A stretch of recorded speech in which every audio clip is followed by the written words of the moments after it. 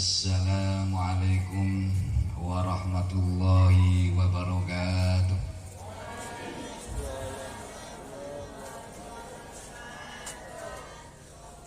Alhamdulillah, alhamdulillahilladzi arsyada man istafahu lit-ta'allumi wat-ta'lim.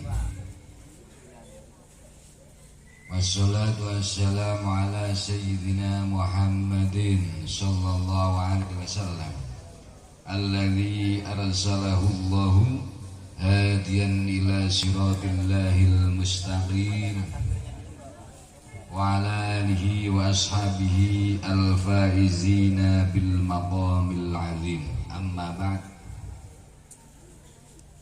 Qala Allah ta'ala fi kitabihil karim, in tansurullaha yansurkum wa yusabbit aqdamakum. Wa qala nabiyyuna Muhammadin sallallahu alaihi wasallam, man amila wa alima wa 'allama faqad yud'a aziman yaumal qiyamah. Amma ba'd.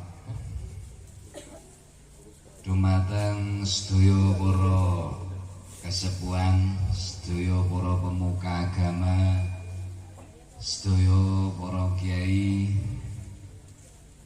sedaya para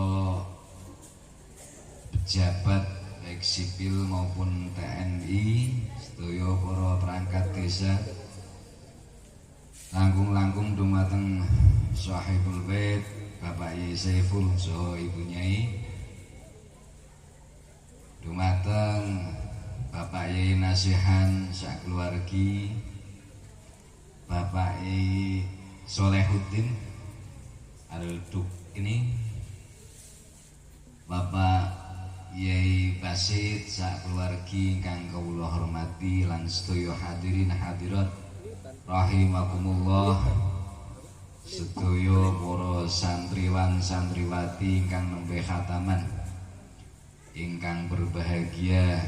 Allahumma, semoga khataman ini menjadikan tanda akan keberhasilan secara dunia akhirat. Allahumma amin. Semoga khataman Quran wonten mriki wonten nuwun sewu, wonten Ustadz Ali Subhan, wonten Ustadz Soheh sebagai anggota JRA, so dumateng Gus Ahfaz niki, wonten Gus Ahfaz, Ustadz Ahfaz saha rayinipun Ustadz Sofi ingkang kula hormati. Alhamdulillah wonten ing dalu punika kita saged makempal wonten ing menika majelis. Di majelis ini semoga pertemuan kita sebagai pertemuan silaturahim tergolong pertemuan silaturahim yang mendapatkan keberkahan dalam segi umur, mendapatkan keberkahan dalam segi rezeki kita, baik rezeki lahir atau rezeki batin. Allahumma. Sholawat beserta salam semoga tersanjungkan kepada junjungan kita Nabi Agung Muhammad Sallallahu Alaihi Wasallam, dan kepada para istrinya, kepada para keluarganya, sahabatnya, keluarga sampai hari kiamat. Allahumma amin amin ya rabbal alamin. Pada malam hari ini perkenankan kula matur suwun datang keluarga besar Pondok Pesantren El Firdaus beserta para santriwan santriwatinya yang telah berkenan memanggil kami dari Jawa jauh untuk bertatap muka bersama para ahli ilmu yang ganteng-ganteng, cantik-cantik, calon penerus ahli sunnah wal jamaah, calon penggerak pengendali ahli sunnah wal jamaah. Semoga saestu saya beserta rombongan mendapatkan berkah ilmu. Allahumma amin amin ya rabbal alamin. Dari pertemuan ini yang kami harapkan adalah mendapatkan keberkahan ilmu, karena ilmu adalah salah satu warisan Nabi kita Nabi Agung Muhammad Sallallahu Alaihi Wasallam, yang mana ilmu itu salah satu hal yang membuat orang mulia di dunia dan mulia di akhirat. Saking mulianya ilmu, orang yang mati syahid, orang yang mati karena mencari ilmu, menjadikan predikat dirinya menjadi mati yang syahid, karena saking mulianya ilmu. Dan ilmu ini salah satu yang dibawa oleh Al-Quran, salah satu kandungan yang dibawa oleh Al-Quran, sehingga ilmu itu akan selalu abadi berkembang menjadi pendamping Islam sampai hari kiamat. Niku namanya ilmu. Ada sebuah cerita namanya Syekh Abdurrahman Al-Haffar. Beliau itu menjadi muridnya Imam Syafi'i. Mondoknya umurnya 50 tahun baru mondok. 50 tahun baru mondok. Mondok itu mergo gara-gara mondoknya itu karena ada sebuah cerita. Dulu beliau sebelum mondok punya profesi jadi tukang gali kuburan. Jadi tukang menggali kuburan. Suatu hari Syekh Abdurrahman ini melihat ada seorang perempuan janda tua membawa jenazah bersama 4 orang laki-laki, tidak ada yang mengiringnya. Kemudian oleh Abdurrahman Al-Haffar dibantu untuk meletakkan jenazah di dalam kubur. Syekh Abdurrahman Al-Haffar turun di dalam kubur untuk menyambut jenazah. Setelah turun, kemudian jenazah itu dibawa, kemudian diterima oleh Syekh Abdurrahman. Kemudian jenazahnya diletakkan, dihadapkan ke arah kiblat. Setelah itu mau ditutup pakai papan. Biasanya kan ada pakai papan ditutup ya. Itu mulailah papan itu ditutup satu persatu. Ternyata Abdurrahman itu melihat di arah kiblat itu seperti video, melihat sebuah gedung yang indah, membuat tartamanan yang sangat indah yang belum pernah ia lihat. Dia melihat sebuah gedung, panggung, taman yang indah beserta musik. Musiknya itu musik yang belum pernah didengar di dunia.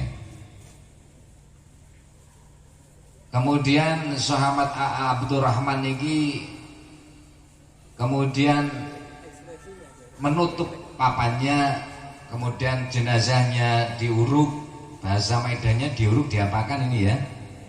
Ditimbun ya. Ini saya tidak bisa bahasa Indonesia ini.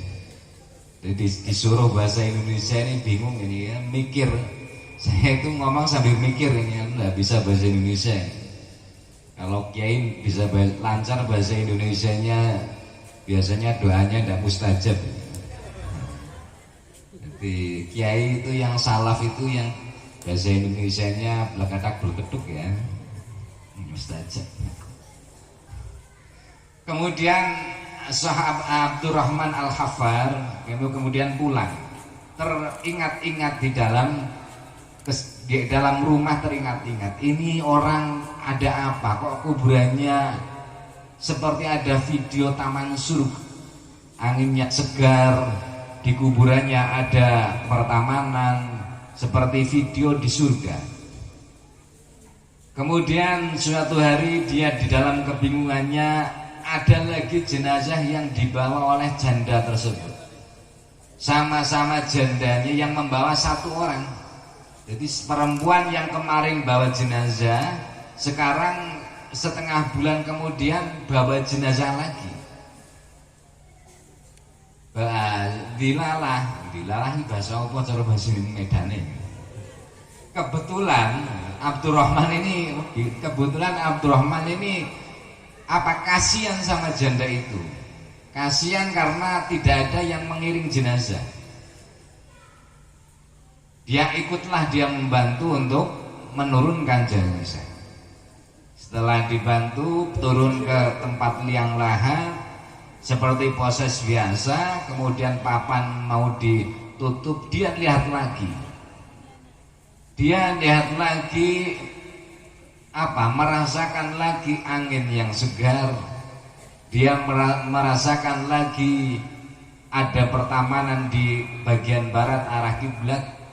Dia melihat lagi gedung yang indah yang tidak ada di dunia.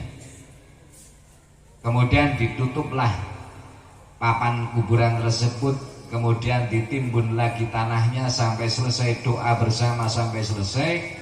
Abdurrahman bin Auf tidak langsung pulang, tapi dia mengikuti wanita yang mempunyai keluarga daripada mayit tersebut.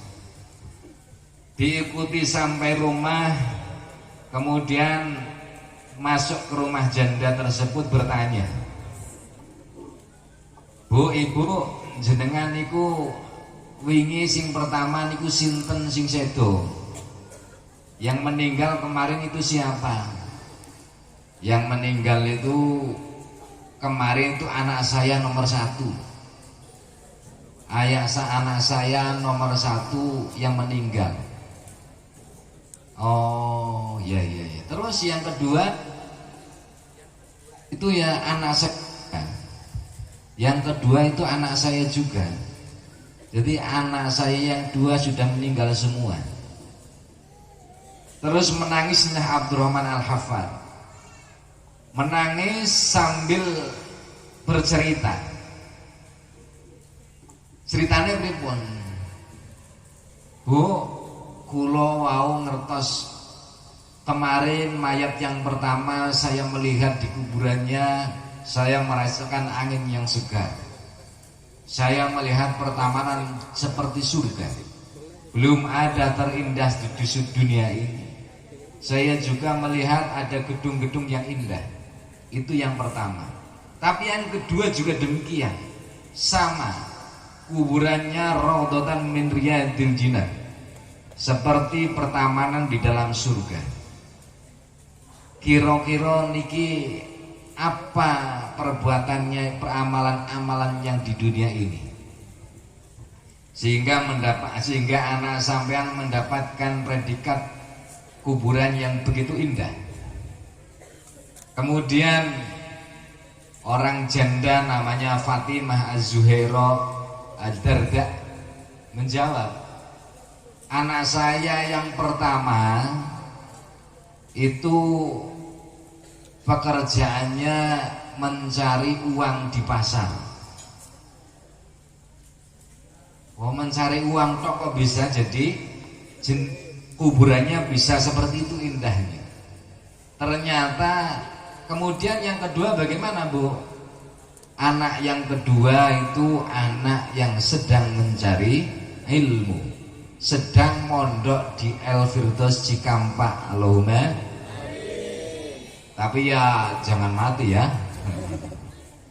Jadi yang kedua sedang mondok di El Firdaus, yang pertama kakaknya mencari uang di pasar karena untuk hasilnya tiap bulan dikirim untuk adiknya.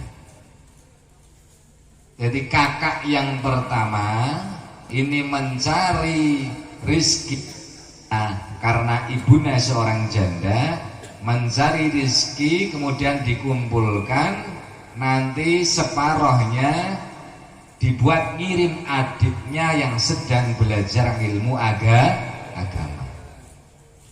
Yang kedua meninggal karena sakit di pondok pesantren. Ini kedua-duanya, satu mencari ilmu, satu melengkapi sarana mencari ilmu. Sama-sama satu saling melengkapi. Sijine mondok, satunya ngirim adiknya untuk mondok. Karena sama-sama saling melengkapi, maka kedua-duanya mendapatkan raudhatan riyadil jinan.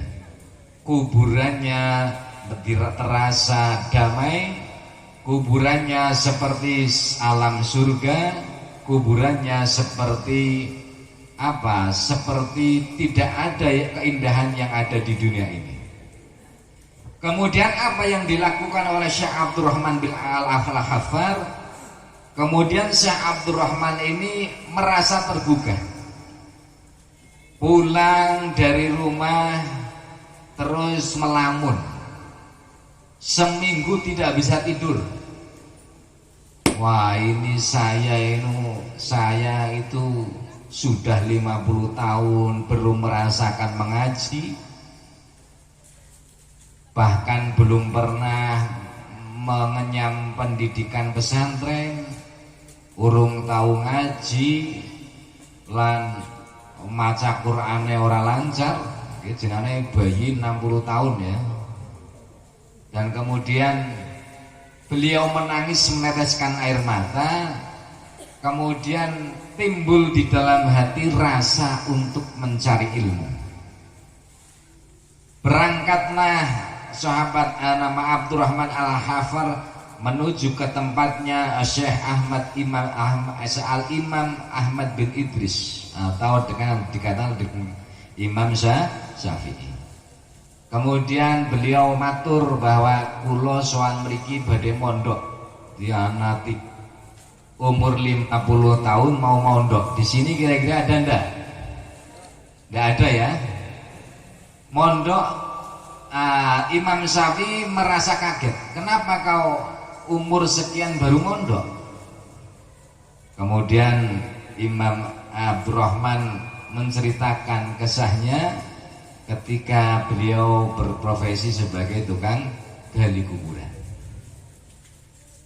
Singkat cerita, walaupun sudah 50 tahun beliau dengan tekunnya mencari ilmu, mulai dari mengiklal, i'rab, kemudian nahwu, sorohnya ia tekuni, terus sampai hampir 10 tahun beliau diangkat oleh Imam Syafi'i sebagai murid kesayangan. Setelah Imam Syafi'i meninggal, beliau menjadi salah satu dari imam madhab. Jadi salah satu pemuka madhab Syafi'i, namanya Abdurrahman Al-Hafar, mondoknya 50 tahun. Dari cerita ini kita bisa mengambil suatu pelajaran bahwa ilmu adalah merupakan salah satu dasar paling utama ketika kita mau mengarungi Islam. Ilmu adalah salah satu pegangan pertama, pegangan yang paling penting ketika kita menjadi mengarungi kehidupan wonten ing alam dunia. Ketika kita mau kehidupan, memperjuangkan kehidupan dunia, ketika mau menjadi orang yang mulia di dunia, mulia di akhirat, maka yang penting adalah ilmu. Semoga santriwan santriwati di sini setelah terdasari oleh ilmu agama menjadi orang yang mulia di dunia, mulia di akhirat. Allahumma. Karena apa? Karena ilmu itu selalu didampingi oleh kemuliaan-kemuliaan. Walaupun sedikit, asal itu diamalkan, asal itu diyakini, diamalkan, maka akan membuahkan hasil yang menjadikan orang yang memuja ilmu menjadi mulia di dunia, mulia di akhirat. Allahumma. Bayangkan saja ketika Pak Yai jenengan sedanten santri, Pak Yai Saiful dari Lampung menuju sini tidak bawa apa-apa, sekarang sudah punya apa? Beliau tidak niat untuk menjadi apa, tapi punya apa-apa, bahkan punya mobil sekalian. Saya belum punya mobil, Pak Saiful sudah punya mobil. Ilmunya Pak Saiful itu sedikit tapi diamalkan, kemudian dikembangkan, kemudian doanya, tirakatnya kuat, sehingga alhamdulillah yang tadinya tidak punya apa-apa bisa apa? Karena apa? Karena yang dibawa adalah sesuatu yang mulia, yaitu sebuah ilmu. Dimanapun wonten ing pundi kemawon, ilmu sedikit atau banyak, dimanapun kita berada, kita amalkan, kita yakini, maka akan muncul suatu kemuliaan. Allahumma. Tapi mencari ilmu itu, karena mencari ilmu itu sesuatu yang membahagiakan. Dulu ketika saya mondok di Lirboyo, saya pernah dinasehati bahwa ketika seseorang mencari ilmu itu harus mempunyai 3 pilar. Mencari ilmu itu tidak harus di pesantren kayak gini. Dulu Nabi itu punya santri namanya Ashabus Suffah. Orang-orang yang tidurnya itu di teras milik Nabi, teras masjidnya Nabi. Tidak harus santri itu bujang mondok di sini, tidak harus. Umpamanya Pak Saiful punya rutinan ngaji Misbahul Anam. Umpamanya Ustadz Ali, Ustadz Nasihan punya rutinan manakiban, di situ diisi ilmu-ilmu caranya wudhu, caranya sholat, caranya berilmu sosial. Maka yang mendengarkan itu termasuk santri, yang mengikuti rutinan termasuk santri.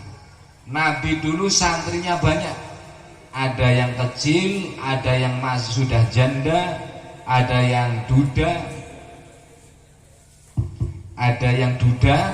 ada yang randa, ada yang sudah kakek-kakek. Dulu namanya Abi Hurairah. Abi Hurairah itu masuk Islamnya sudah tua, jadi umur 53 tahun baru masuk Islam. Itu nyantri pada Nabi, kemana-mana Nabi itu diikuti, bangun masjid ikut. Di sini ada anda ya? Ada enggak? Mas Saiful, namanya Mbah siapa? Oh, Mbah Kakek itu seperti Abu Hurairah. Jadi itu santri. Jadi jangan dikira santri itu yang bujang-bujang ganteng-ganteng tok kayak benda. Ada seorang janda namanya Ummu Sulaim. Ummu Sulaim itu orang janda, punya anak kecil namanya Anas bin Malik. Itu oleh Nabi dibuat suruh, sana kamu buat gubuk di sebelah masjid. Nanti kalau ada duda yang mau nikahin kamu, baru kamu ikut dudanya. Banyak yang kayak gitu. Nanti ada sahabat yang sudah tua, namanya Sufyan. Sufyan dulu musuhnya Nabi. Kemudian ikut kepada Nabi, sudah tua. Kemudian oleh Nabi karena dia di Mekah, kemudian ke Madinah, oleh Nabi, oh ya sekarang kamu bikin gubugan di belakang masjid, nanti kamu makannya ikut sahabatmu lain-lainnya. Jadi sudah tua-tua santri Nabi. Santri pertama Nabi itu namanya Anas bin Malik, umurnya 10 tahun, ibunya yang mana Umi Sulaim. Semoga santri-santri di sini mendapat keberkahannya Anas bin Malik. Allahumma Al-Fatihah.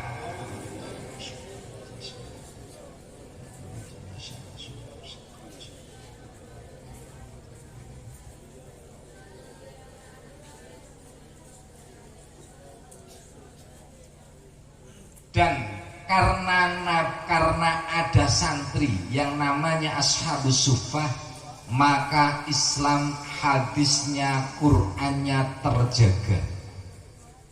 Jadi Islam itu dijaga bukan oleh orang yang kaya raya, orang yang duitnya banyak, orang yang berkelimang harta, orang yang istrinya banyak. Ada ndak ini yang istrinya banyak? Tapi Islam dijaga oleh orang santri-santri Nabi yang tidak punya apa-apa, tapi bisa menjadi apa-apa. Abu Hurairah seorang duda umurnya tua, Salman Al-Farisi juga demikian, Anas bin Malik kecil menjadi santri. Tapi ilmu Quran, hadis kebanyakan diriwayatkan dijaga oleh santri-santri yang tidak punya apa-apa. Karena apa? Karena santri itu militan. Santri itu apa? Militan. Santri itu ada 3 hal yang yaitu etos intelektual. Ini bahasanya mantan gaul nggih. Ada etos spiritual, ada etos khidmat. Ketika orang nyantri, baik itu rutinan ngaji hikam, rutinan misbahul anam, atau anak-anak muda santri, atau ibu-ibu muslimatan. Ibu muslimatan tiap minggu ngaji itu santri. Ketika ada seorang nyantri, maka akan ada 3 kriteria yang menjadikan santri kuat dalam lahiriah, kuat batiniah, kuat dalam segi kemandirian. Yang pertama, ketika akan menjadikan intelektualitasnya tergugah. Intelektualitas itu keilmuan. Ketika menjadi santri maka tambah, ketika ilmunya tambah maka akan menjadikan orang selalu akan melangkah berpikir. Intelektualnya tergugah. Karena apa? Karena ilmu agama, ilmu pesantren itu bukan sekedar tulisan, bukan sekedar wawasan, bukan sekedar pengertian wawasan ilmu, tapi mengandung keberkahan. Umpamanya ada orang santri sinau ilmu imriti, paham tidak paham, santri itu mendapatkan yang namanya doanya orang yang mengarang imriti. Ada santri namanya Abdul Halim, orang daerah Lombok. Itu saya ceritain oleh guru saya, namanya Pak Khairul Zina. Santri itu tidak paham, sekolah sinau imriti, nahwu sampai imriti tidak bisa baca kitab, sehingga dheweke sering dimarahi oleh teman-temannya, sering digojoloki oleh teman-temannya bahwa dia termasuk santri bodoh, sering diketawain oleh teman-temannya karena dia termasuk belum bisa apa-apa. Suatu hari dia sinau di makamnya Mbah Abdul Karim Lirboyo. Jadi sinau nang makam sambil menangis, sambil memegang hafalan ngimriti. Hafalan ngimritinya dipegang, Dheweke nangis karena teman-temannya sudah hampir hatam hafalannya. Abdul Halim ini cuma baru hafal 26 bait, padahal sudah hampir akhir tahun. Sudah hampir akhir tahun, teman-temannya sudah 240, itu baru 26 bait. Sehingga beliau nangis terus namakan sambil hafalan bait, sehingga karena kelelahan malam-malamnya dia ketiduran di makamnya Mbah Abdul Karim Lirboyo, ketiduran. Setelah ketiduran ternyata Abdul Halim ini bermimpi apa? Bertemu dengan Syekh Sarafuddin Yahya Al-Imriti, pengarang kitab Ngimti. Langsung diusap batuke, diidoni cara nangkene dinapakna nggih, diludahi mulutnya, mulut bahasa kula teng mriku cangkem nggih. Cangkeme niku diidoni teng jero ngimpi. Ketika maka terbangunlah saudara Abdul Halim. Setelah terbangun, apa yang terjadi? Ketika dia belum kerasa, pokoknya saya ngimpi ketemu, kemudian wudhu, sholat apa? Sholat subuh. Setelah sholat subuh dia memegang kitab Imriti, hafalan, ternyata hafalan satu bait. Dia itu apa? Dia itu menghafal, baca satu bait kemudian diulang lagi. Dia itu heran, kenapa kok saya bisa hafal ya? Padahal biasanya saya mengulang-ulang 20 kali tidak hafal, kok sekali mengulang kok bisa hafal. Kemudian dia mencoba bait bawahnya kok ditutup bukunya, kok sekarang saya hafal ya. Terus sampai akhir dia sampai hampir 300, dia satu dudukan dia hafal semua. Karena barokahnya siapa?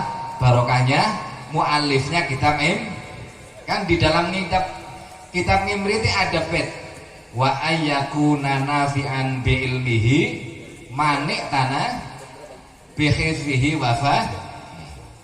Coba ada yang hafal enggak? Ya, kalau hafal akan saya kasih bonus. Wa ayyakuna apa tadi? Terus manik tanah. Oh, itu nanti saya dapat punya kon hafal ya. Waduh, ini ya orang dadi santri harusnya santri ini.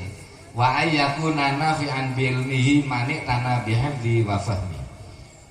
Jadi keilmuan dalam pesantren, santri walaupun paham tidak paham, ketika sinaunya mempeng, ketika sinaunya tidak putus asa, maka suatu saat akan mendapatkan doa dari orang-orang yang mengarang kitab. Allahumma. Inilah kelebihan dalam ilmu pesantren, sehingga pesantren mulai zaman Sunan Ampel, mulai zaman sebelum kemerdekaan masih tetap jaya di Indonesia. Allahumma. Tepuk tangan untuk pesantren kita.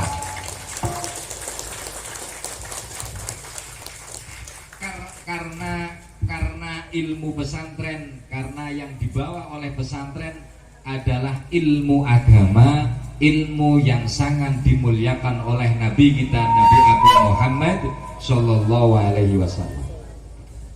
Yang kedua, bagi seorang santri yang membuat dirinya menjadi seorang yang santri militan adalah etos spiritual.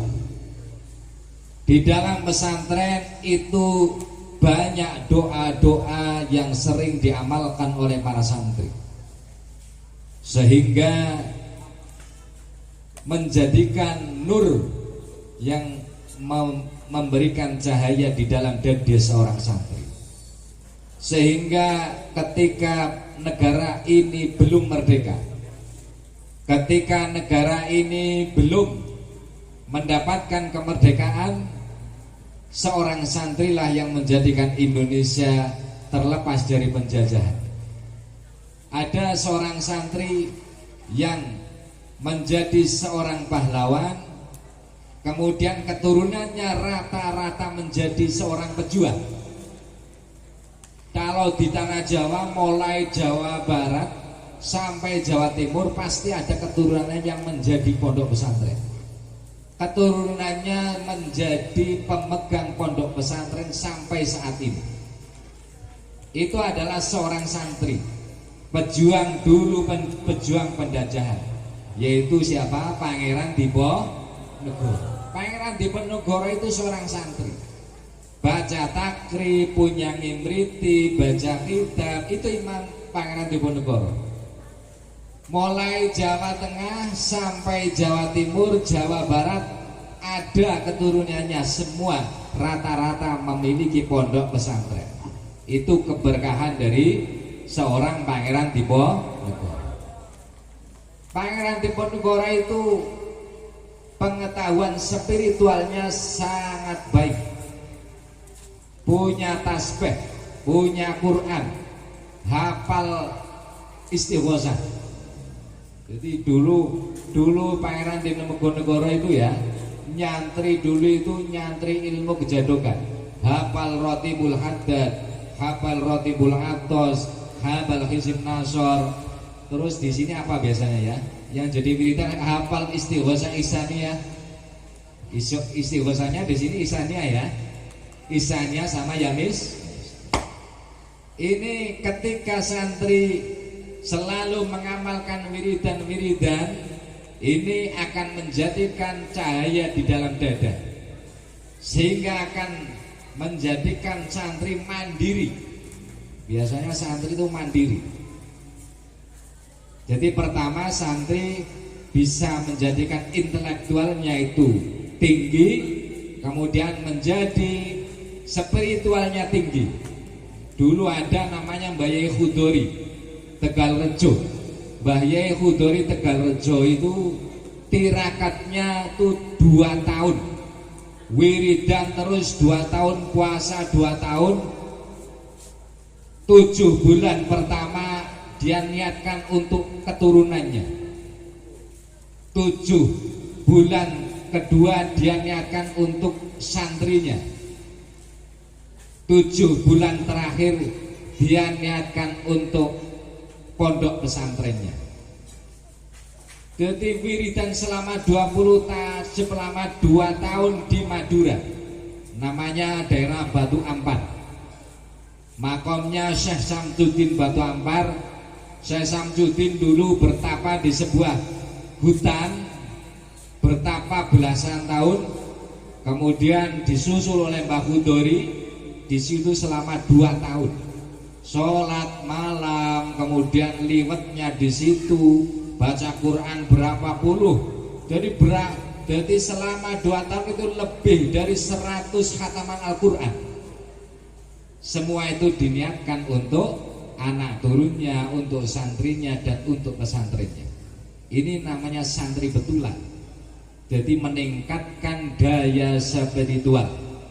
Jadi kalau santri Al-Firdaus ini, kalau ingin daya spiritualnya kuat, maka setiap subuh wiridan sama Pak Yai, insya Allah besok ilmunya manfaat. Allahumma di anna dzikra mamba'ul ulum, karena zikir itu menjadi sumbernya ilmu. Ilmunya sedikit, tapi ketika didampingi dengan zikir, maka ilmu yang sedikit ini akan menjadikan manfaat, menjadikan orang tersebut mulia di dunia, mulia di akhirat. Allahumma. Ilmunya sedikit tapi sering istighosah, sering mendoakan orang, sering kumpul-kumpul berjanjenan. Ilmunya tidak paham, ketika di pondok tidak paham, tapi di pondok sering berjanjenan, di rumah mengadakan berjanjenan, mengadakan majelis zikir, maka insya Allah akan datang kemuliaan-kemuliaan yang diberikan oleh Allah Subhanahu. Jangankan seorang santri, orang yang demen santri, orang yang suka santri, orang yang apa ikut santri, insya Allah anak turunnya besok akan menjadi orang mulia. Allahumma. Ini kan biasanya ada orang yang sudah tua, tidak punya anak, anaknya sudah nikah semua, tapi dia menyesal belum punya anak yang nyantri, tapi dia senang santri, sering sedekah sama santri, maka anaknya, anak cucunya insya Allah ke depan akan menjadi seorang santri. Allahumma. Ada orang namanya PNS, namanya Usman. Usman ini seorang PNS tapi senang sama kiai. Setiap ada kiai diberi sedekah. Maka Usman ini walaupun PNS memiliki anak yang namanya Jazuli, menjadi seorang ulama besar dengan puluhan ribu santri. Santri Pondok Pesantren Al-Falah Pelosok Kediri. Jadi Mbah Kiai Haji Jazuli bin Usman itu seorang PNS cara zaman siki. Cara zaman ini pengulu PNS tapi anaknya bisa duwe pondok pesantren dengan ribuan santri. Karena apa? Karena Mbah Yai Usman, Pak Us PNS pegawai Usman ini senang sama kiai. Setiap ada kiai memberikan sedekah apa yang dia suka. Jadi umpamanya jeneng dewek Mbak Usman ini duwe sapi. Ketika ada seorang kiai datang, sampine disembelih. Mukur nggo napa? Nggo bungahaken datang kiai. Ketika ada Pak Saipul datang ke rumah sampean, bolehkan sapi ya. Jangan cuma ayam. Kalau cuma ayam bahkan telur aja, wah, jangan harap itu anaknya jadi kiai. Kalau ingin, ketika ada seorang kiai, muliakan kiai. Ketika seorang memuliakan kiai, insya Allah keturunannya akan menjadi seorang yang mulia. Allahumma. Ini karena apa? Karena kiai itu pengganti nabi. Kiai adalah khalifah pengganti nabi di muka bumi ini. Siapa yang orang memuliakan kiai sama saja dengan memuliakan Nabi kita, Nabi Agung Muhammad Sallallahu Alaihi Wasallam. Ini jangan pere-pere kiai. Ketuanya Kiai Saipul kayak nggih, tapi ganteng nggih. Semoga saja Asa El Firdaus di sini orang santri-santrinya, orang yang membantu ustadz-ustadznya atau orang yang masak, semua yang ikut berpartisipasi, tukange, sing relawane, sing tukang masak, sedoyonipun insya Allah menjadi orang mulia di dunia, mulia di akhirat. Allahumma. Karena apa?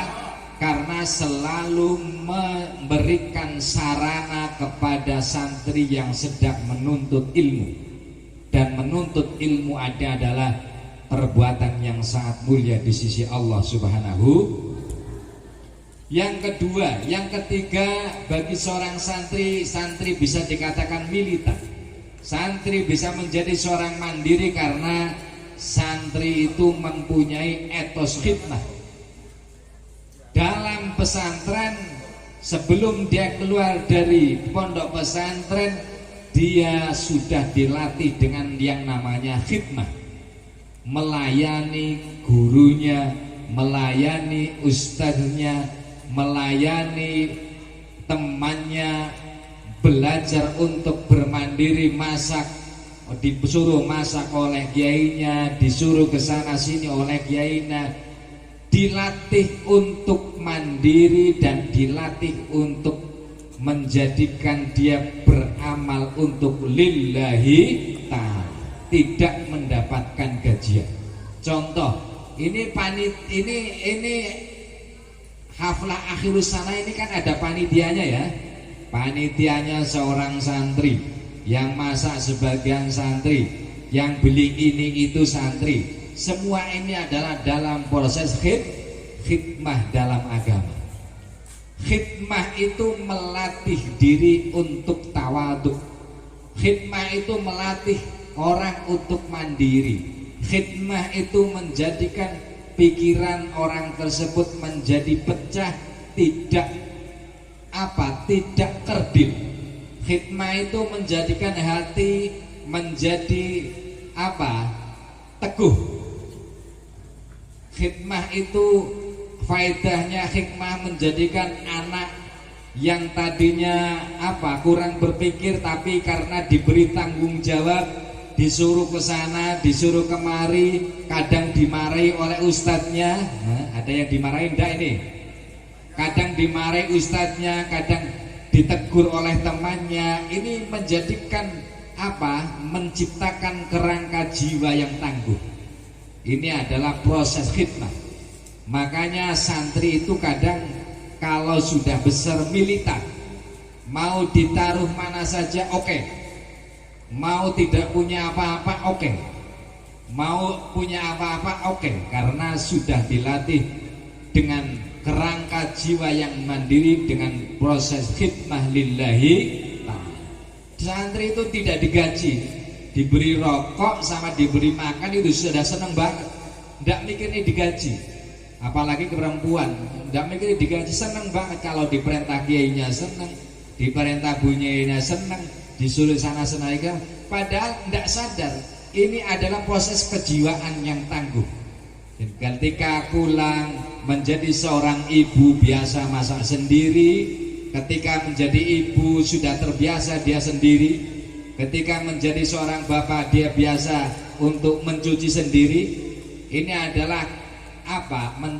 Khidmah adalah menciptakan kerangka kejiwaan yang mandiri dan militan. Tepuk tangan untuk santri El-Firdaus. Semoga jiwa-jiwa alumni-alumni santri El-Firdaus bisa menjadi mandiri sehingga berguna buat bangsa dan negara dan agama. Allahumma. Dan orang tua, wali murid, wali santri yang di sini yang mendukung adanya keberadaan anaknya mencari ilmu, semoga saja menjadikan sebabnya orang tersebut mulia di dunia, mulia di akhirat. Allahumma. Rizkinya tambah banyak karena mondoaken anaknya. Allahumma. Ini paham boten ini? Paham nggih? Kiranya cukup sekian dari saya. Mohon maaf segala lahir batin. Terakhir, saya ingin bersama-sama membaca surat Al-Nasr. Ini buat para santri, saya cerita. Barang siapa yang membaca surat Al-Nasr, maka orang tersebut sama dengan mendatangi Kanjeng Nabi dalam keadaan Nabi susah, kemudian Nabi merasa bahagia karena kedatangan sampean. Kedua, orang membaca surat Al-Nasr itu pondoknya, rumahnya itu senang didatangi Nabi. Kalau ingin rumahnya, pondoknya, gubuknya pengen didatangi Nabi, sering-seringlah baca surat Al-Nasr. Ini ada dalam hadisnya di kitab Mamba'u Usulul Hikmah. Di situ diterangkan bahwa siapa orang rumahnya, tempat tidurnya, tempat dia bernaung sering dibacakan Al-Nasr, maka rumahnya gampang ditekani Nabi, pondoknya gampang diterawih Kanjeng Nabi, lan koyo-koyo jenengan sowan kalau Kanjeng Nabi Muhammad sallallahu alaihi wasallam. Baca surat apa? Al-Nasr. Kalau ingin Al-Nasr mandi ngertos nggih? Itu ada seorang wali namanya Abdullah bin Adad. Itu mengajarkan kepada kita ketika hati kita sedang sumpek putus pacare umpamane ya, sumpek orang duwe duit, sumpek utangnya akeh, sumpek akeh masalah, mikiraken keluarga, maka caranya baca Al-Nasr dengan cara tangan kanan diletakkan di dada belah kiri, itu di tempatnya hati. Tangan kanan setelah sholat, tangan kanan diletakkan di dada bagian kiri, kemudian tarik nafas, baca Al-Nasr sambil tahan nafas. Ini akan melapangkan dada kita, akan menjadikan kita ingat kepada Allah, bernaung kepada Allah Subhanahu wa ta'ala. Jadi kalau baca Alam Nasrah, pondoknya, rumahnya gampang didatangi oleh Nabi kita, Nabi Agung Muhammad. Mari kita bersama-sama membaca Alam Nasrah untuk mengikuti Nabi kita, Nabi Agung Muhammad. A'udzu billahi minasyaitonir rajim. Bismillahirrahmanirrahim. Alam nashrah laka sadrak wa wada'na anka wizrak alladzi anqadha dhahrak wa rafa'na laka dzikrak fa inna ma'al usri yusra inna ma'al usri yusra fa idza faraghta fansab wa ila rabbika farghab. Itu dibaca setiap pagi 3 kali, 1 kali atau 7 kali. Insya Allah rumahnya, pondoknya bagi ibu-ibu yang sudah tidak mondok, baca Alam Nasrah 2 kali, 3 kali pagi dan sore. Insya Allah rumahnya suatu hari akan didatangi oleh Nabi. Allahumma. Walaupun kita tidak melihat Nabi, tapi kalau Nabi sudah pernah berkunjung ke rumah kita, insya Allah rumah kita akan penuh keberkahan. Allahumma. Surat apa tadi? Alam Nasrah. Ada yang belum hafal enggak ini? Ada ya? Ya kalau belum hafal, ya hafalan. Orang tua hafalan juga ganjarannya kathah nggih. Genten-genten cekap semanten matur kula sedaya kalempatan nyuwun agung pamunten. Hadanallah wa iyyakum ajmain. Assalamualaikum warahmatullahi wabarakatuh.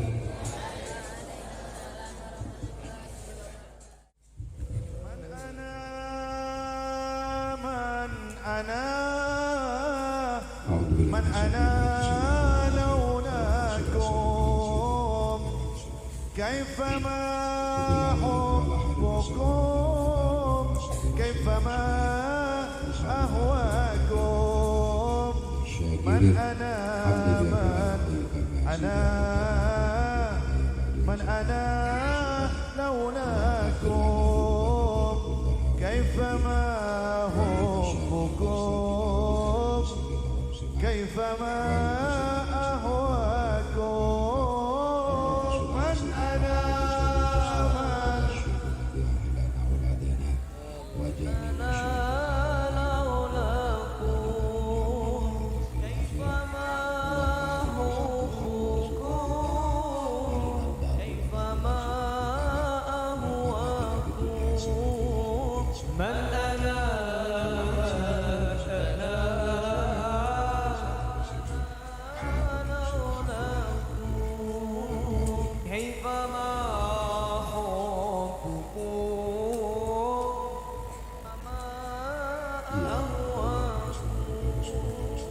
Engkaulah Murabbi cahaya ilahi Allah Rabbi jaga guru kami dah pendosa yang harapkan cinta